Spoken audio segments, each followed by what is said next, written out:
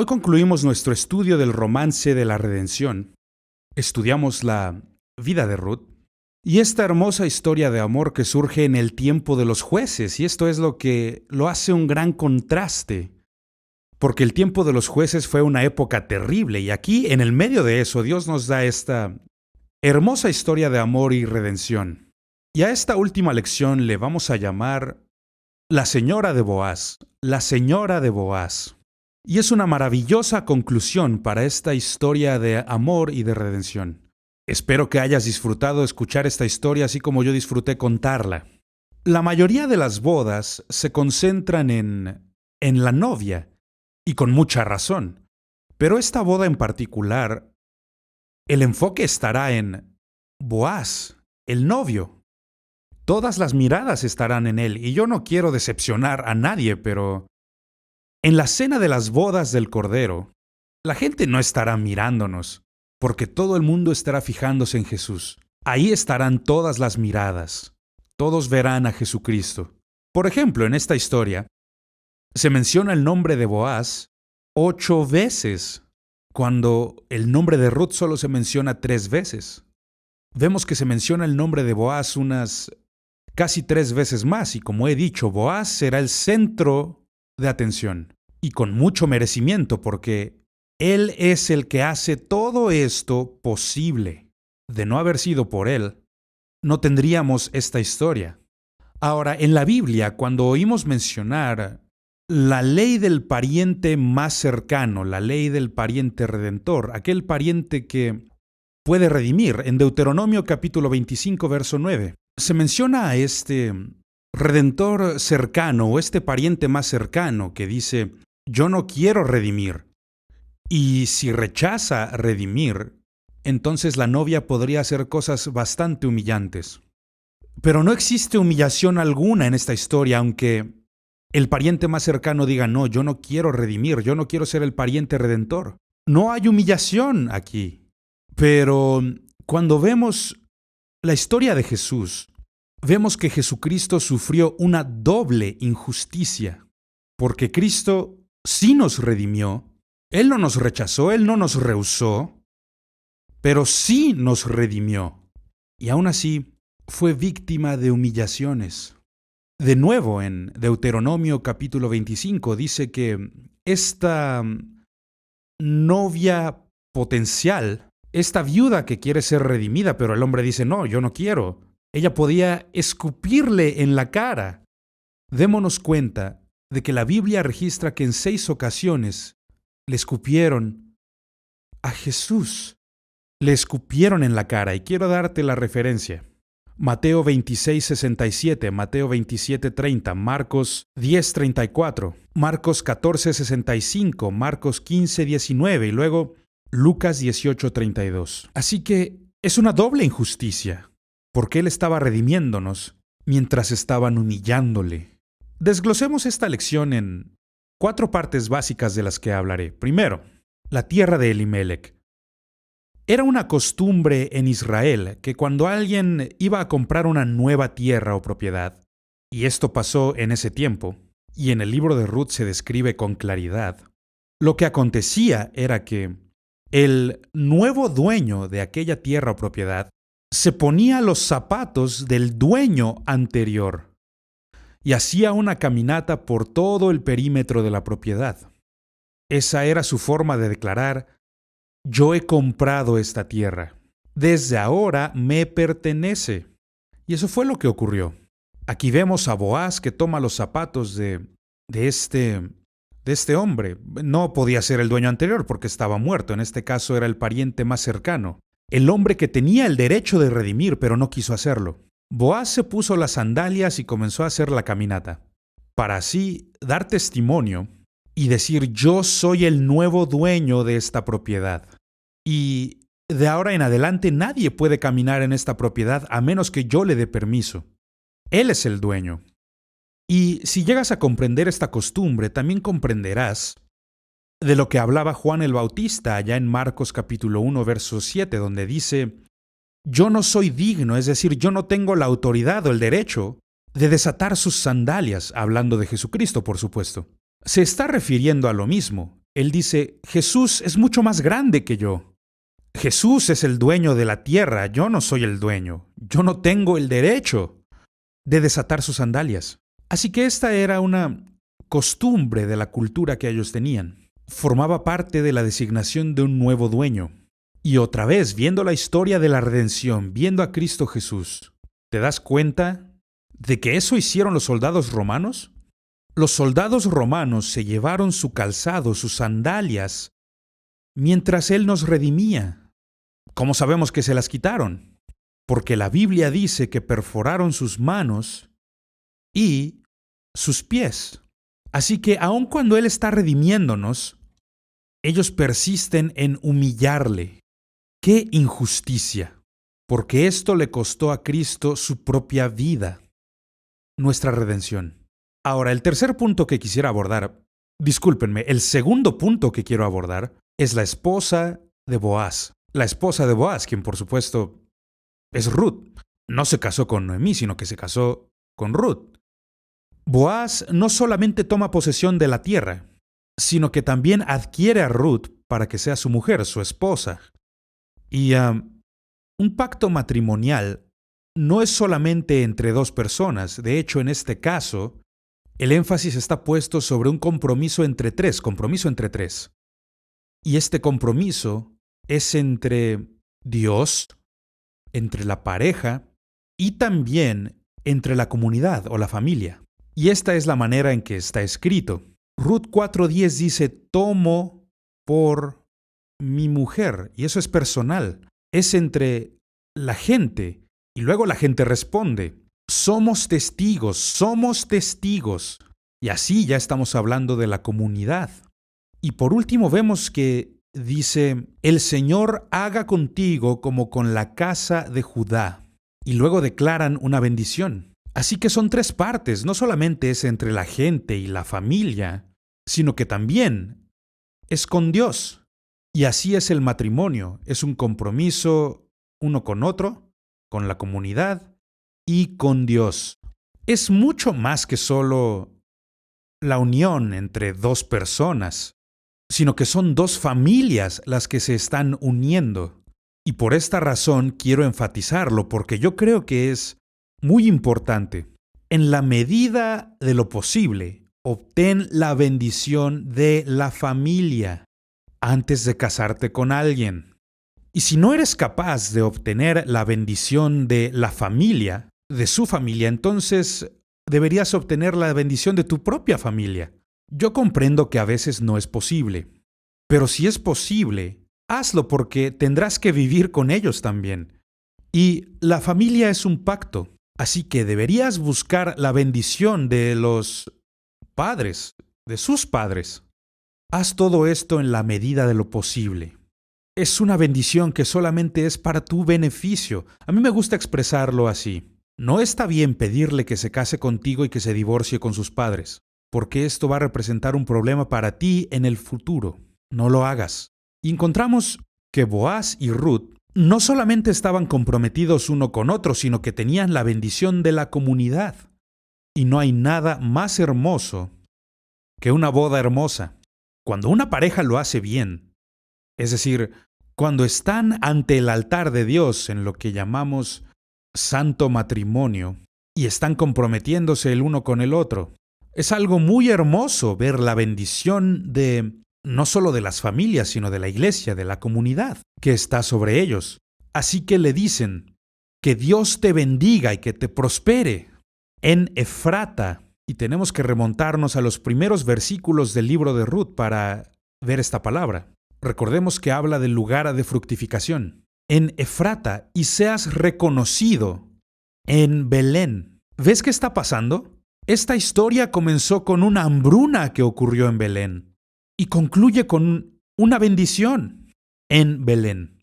Y yo te animo a que en tu caminar cristiano, sé que no podemos volver y cambiar el pasado. Sé que hay cosas en el pasado de todos que cambiaríamos si pudiéramos. No puedes volver y cambiarlo, pero sí puedes hacer las cosas bien a partir de hoy. Con propósito en el corazón, que vas a vivir de la manera correcta, vivir bien. Y yo te aseguro, todo va a mejorar. En el libro de Eclesiastés encontramos un buen versículo que habla sobre la conclusión de cómo vivir una vida de éxito y dice: acuérdate de tu Creador en los días de tu juventud. Pero dice, una de las cosas que tienes que hacer: lanza tu pan sobre el agua, porque después de un tiempo volverás a encontrarlo. Y esto habla sobre sembrar la semilla y de plantar y cosas por el estilo, una buena cosecha. Pero alguien lo ha dicho muy bien: lanza tu pan sobre las aguas y después volverás a encontrarlo. Y lo que no dijo, pero sí es verdad, es que si lo haces bien, si lo haces con la bendición de Dios, tu pan va a regresar con mermelada encima. Es una buena manera de decirlo, porque Dios te va a bendecir. Y yo puedo dar testimonio de esto en mi propia vida. Oh Dios, y no solo en mi vida personal, sino en la vida de muchas otras personas. Aquellos que viven para Dios, todo mejora. Aquellos que no viven para Dios, los problemas empeoran. Oh, le doy gracias a Dios que yo propuse desde que era muy joven que iba a entregar mi vida a Dios y que iba a servirlo de todo corazón, porque estos son los mejores días de mi vida. Y así debe ser. Me estoy alargando un poco, me estoy alargando en este pensamiento, pero les daré otro versículo. En el libro de Eclesiastés dice que el final de una cosa es mejor que su comienzo, si lo haces bien. Si lo haces mal, entonces no va a funcionar. No será mejor. Podría ser peor. Pero si lo haces bien, serás bendecido y será mejor que en el principio. Así que cuando vemos este capítulo 4, vuelve a hablar de Ruth. Y por primera vez en la historia, no se le llama a Ruth la Moabita. En el capítulo 3 ella hizo esta declaración sobre sí misma, pero esa fue una declaración de fe, porque técnicamente ella seguía siendo moabita.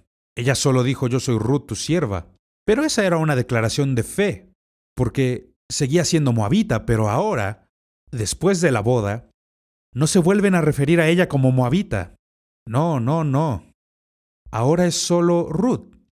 Ella es seguidora de Dios y llega a formar parte de la familia israelita. Y cuando vemos al Nuevo Testamento encontramos que Ruth también forma parte de la genealogía de Jesucristo. ¡Qué historia de gracia!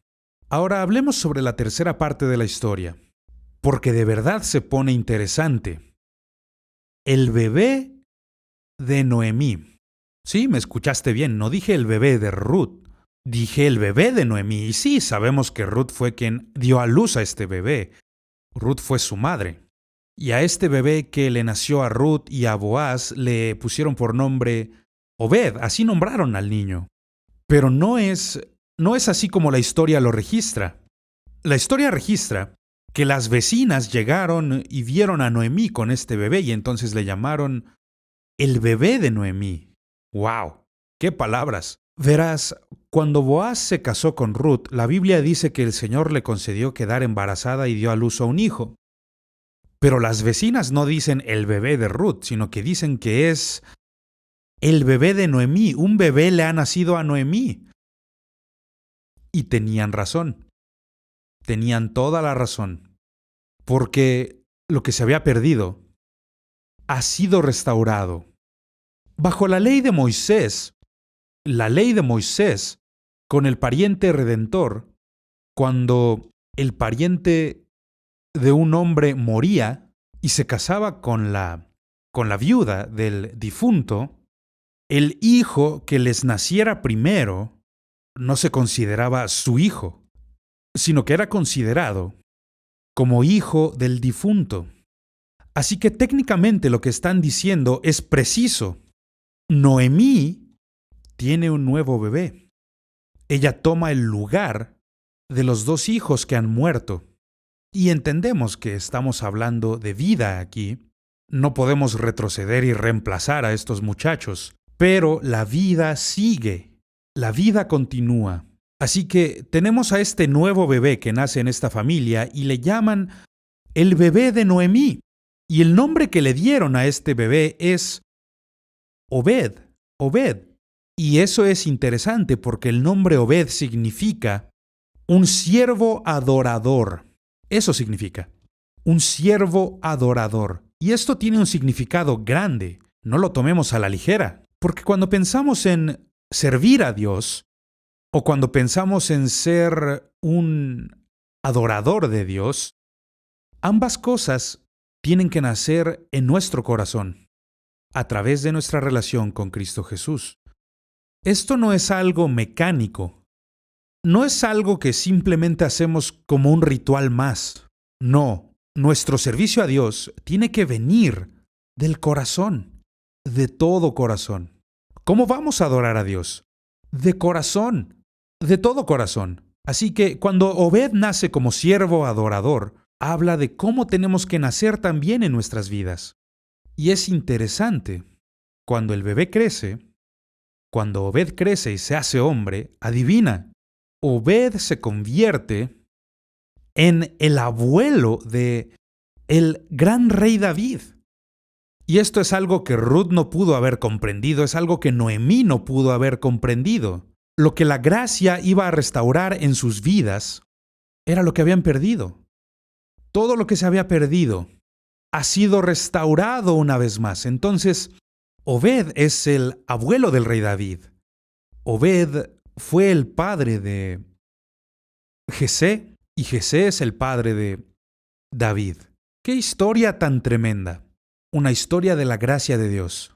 Ahora, la cuarta cosa de la que quiero hablar para concluir es lo que llamaré el romance de Dios. De eso se trata esta historia.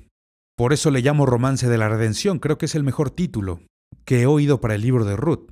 El romance de la redención. Toda la Biblia se halla aquí. Toda la Biblia. Dios es un genio. Solamente Dios pudo haber condensado toda la Biblia en 4 capítulos. Y esto fue lo que hizo. Y así se delinea toda esta historia.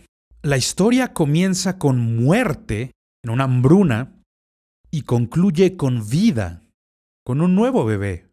Y eso exactamente es lo que ocurre con los que vienen a Jesucristo. Estábamos muertos en nuestros pecados y transgresiones, pero Él nos da nueva vida, nos da esperanza, nos da un futuro. La historia comienza con un reincidente, pero termina con un gran rey. ¡Wow! Y así fue con nosotros. Éramos pecadores. Todos hemos pecado. Sin embargo, ese no es el final de la historia. ¿Cuál va a ser el final de la historia? Vamos a estar con el gran rey, Jesucristo. Ese es el final de la historia. Y esta es la historia de 2 pactos diferentes. 2 pactos diferentes. Y es lo que tenemos en nuestra Biblia. El primer pacto se ha terminado. Ya se acabó. Y de esta manera un nuevo pacto puede ser establecido. Y esto es lo que trajo muchos problemas a los israelitas con profetas como Jeremías. Jeremías se enojaron tanto con él que intentaron matarlo varias veces, y sí que lo intentaron. Y Dios lo guardó, pero cuando Jeremías salió a hablar del templo, este templo va a ser destruido, vaya, todos se enojaron. Y luego hablaba de el pacto de Dios y hablaba del pacto con Moisés. Y decía, el primer pacto con Dios va a ser destruido y Dios establecerá un nuevo pacto. Y el autor del libro de Hebreos también lo menciona. Y dice, esto es lo que tenemos con Cristo Jesús. Dice, un nuevo pacto con Dios. Verás, el primer pacto fue roto a causa de la incredulidad. Es asombroso cuando estudias la historia de los judíos. Ellos podían actuar tan impíamente como les fuera posible y quebrantaron las leyes de Dios. De hecho, cuando Dios entregó los 10 mandamientos a Moisés, adivina, los israelitas ya los habían destrozado antes de que Moisés pudiera presentárselos. Moisés bajó de la montaña y los vio en idolatría. Ya habían violado los mandamientos, así que él destruye las tablas a sus pies, porque ya habían roto los mandamientos antes de verlos. Así son los israelitas. Y por eso en el libro de Hebreos capítulo 8, versículo 13, dice poderosamente y citando a Jeremías, el primer pacto ha sido abolido, se ha terminado, es obsoleto y ha envejecido. ¿Y cómo que envejecido? En el libro de Ruth hay una ilustración. Elimelec está envejeciendo en el suelo. está envejeciendo en un cementerio. Su carne ya se está volviendo polvo. Y eso es lo que dice. Este nuevo pacto ya es obsoleto, está envejeciendo y ya está listo para desvanecerse. ¿Por qué? Para que podamos recibir un nuevo pacto. Un nuevo pacto que se está estableciendo en mejores promesas. Un mejor pacto. Y este es un pacto de fe. Un pacto de gracia que viene a través de Jesucristo. Gracias a Dios que Jesús es judío. Pero tú y yo no lo somos. Pero Él nos ha hecho formar parte de su familia. Y la maldición ya se ha ido.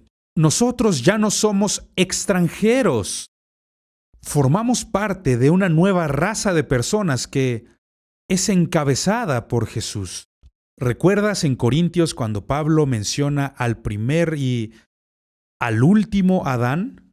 El primer y el último Adán. ¿Qué significa? Significa que Adán encabezaba la raza humana, mientras que Jesús encabeza a una nueva raza de personas. Los nacidos de nuevo, aquellos que han nacido de Dios. Formamos parte de estas relaciones de pacto. Y de esto se trata la Biblia.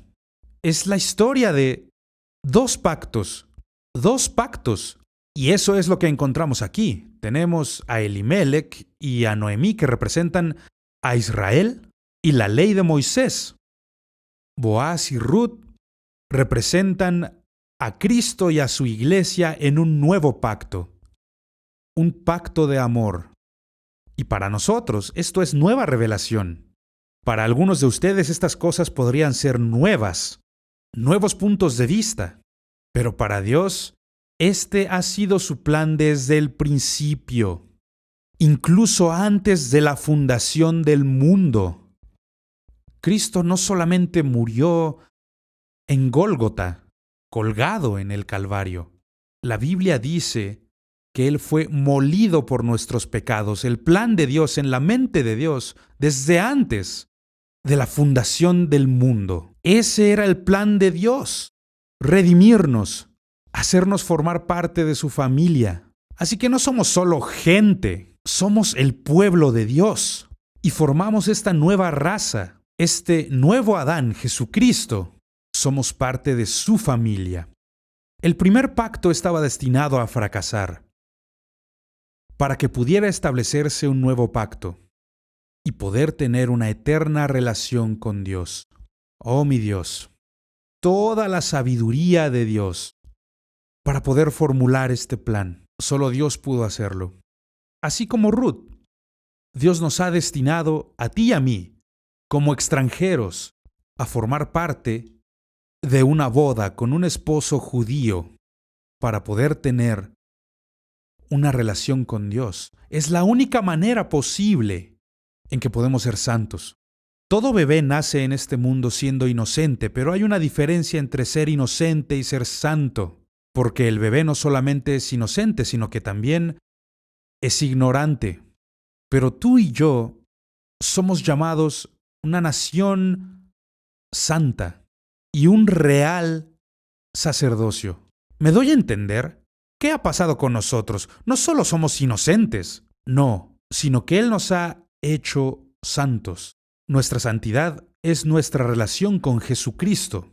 Y esto lo encontramos en el libro de Apocalipsis, capítulo 19, donde habla de que el creyente está vestido con la justicia de Cristo, ataviado con ropas de boda, porque estamos yendo hacia la cena de las bodas del Cordero. Ahora quisiera traer todo esto a una conclusión. Hay algo muy interesante. En el Evangelio de Juan, capítulo 1, versículos 11 y 12, dice que a los suyos vino, es decir, israelitas, judíos, pero dice que los suyos no le recibieron, cerraron la puerta, pero dice que mas a todos que lo recibieron, a ellos les ha dado el derecho, la potestad de ser llamados hijos de Dios, hijos de Dios. Era una puerta giratoria, porque cuando los judíos cerraron esa puerta, entonces se abrió para los extranjeros, para todo aquel que crea. Y precisamente En esto se basa este nuevo pacto. El antiguo pacto y en lo que falló era nuestra debilidad. Se basaba en nuestro comportamiento, haz esto, no hagas lo otro. Pero el nuevo pacto está basado en Jesucristo y mientras está allá en la cruz, Él exclama, consumado es. Él pagó el precio de nuestra redención. ¿Cuál es nuestra parte? Nuestra parte es creer lo que Él ha hecho. Cuando ponemos nuestra fe en Él, cuando creemos en Jesucristo, eso significa ser redimido, haber sido comprado por Dios y ser un hijo, una hija de Dios. Pero hay algo más que quisiera destacar. Dios no se ha olvidado de Israel, así como en esta historia con Ruth. A este bebé le llaman el bebé de Noemí. Y técnicamente tienen razón, porque de acuerdo con la ley, el primogénito vuelve a la genealogía del muerto, del difunto. Y por esta razón Pablo escribe en Romanos y habla de los judíos y los gentiles y nuestra relación con Jesús. Y dice, ¿qué es su rechazo? Es decir, el rechazo de los judíos para con Cristo se volvió la reconciliación del mundo. ¿De qué está hablando? Habla de esa puerta giratoria. Cuando ellos cierran la puerta, no creen en Cristo, abren la puerta para los extranjeros que sí quieren creer en Él. Y dice que el rechazo de ellos para con Cristo se volvió la reconciliación para los gentiles. Y luego sigue diciendo, ¿cuál va a ser su redención? ¿Cómo va a ser su redención? Su aceptación de Cristo, si no es la resurrección de entre los muertos. Yo no tengo todo el significado, pero nos dice que de alguna manera, al final de esta historia, que Dios va a conectar los puntos otra vez. O como dicen por ahí, encontrar el eslabón perdido, que lo va a conectar todo una vez más. Todo lo va a conectar. Y sí, sabemos que en Israel no hay muchos creyentes en este nuevo pacto. Sabemos que es un pueblo del antiguo pacto todavía. Algunos están despertando y creyendo en Jesús, pero como nación todavía no han aceptado a Jesús. Y la Biblia nos dice que algún día van a verlo, mirarán al que traspasaron, mirarán a quien rechazaron, y van a recibirle y van a comprender que habían perdido la oportunidad de su Salvador, pero Dios los tomó y lo hizo todo para bien. Lo hizo todo para bien. Entonces, de eso se trata esta historia. Incluso vemos que al final de la historia vemos a Noemí que está diciendo, o dicen de ella, un bebé le nació a Noemí. La sabiduría de Dios. Él siempre hace que todas las cosas trabajen para bien, para quienes le aman. Él hace que todo opere para nuestro bien. Y esto es la Biblia, es la historia del romance de la redención. Es la historia del gran amor que Dios tiene por la gente. Tanto que no estuvo dispuesto a dejarlos morir en pecado y halló la manera de redimirles. Y aquí se confunden muchas personas porque creen que la Biblia es la historia de Dios. No es la historia de Dios. Nos dice mucho acerca de Dios, pero no es la historia del cielo o el infierno. La historia, la eternidad, el pasado o el futuro. Tenemos muchas preguntas. Y hay gente que me pregunta, ¿de dónde vienen los demonios? No estoy seguro. Solo sé que existen. Porque la Biblia no nos da una clara definición de muchas cosas. Aprende a hablar cuando la Biblia hable y calla cuando ella calle. Pero lo que sí sé es que la historia que se ha contado una y otra vez en la Biblia es la historia de la redención.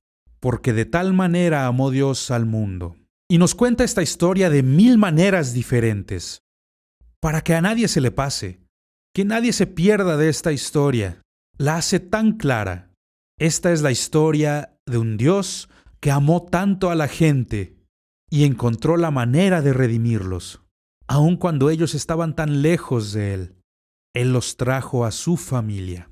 Y de esto se trata, la historia del romance de la redención. Y mi oración es que estas lecciones hayan clarificado todas estas cosas en tu mente y puedas comprender lo mucho que Dios te ama y de cuánta es tu necesidad de Él y cuánto yo le necesito en mi vida. Que Dios te bendiga mientras continúas tu viaje de fe. siguiendo a Cristo Jesús en este hermoso romance de redención.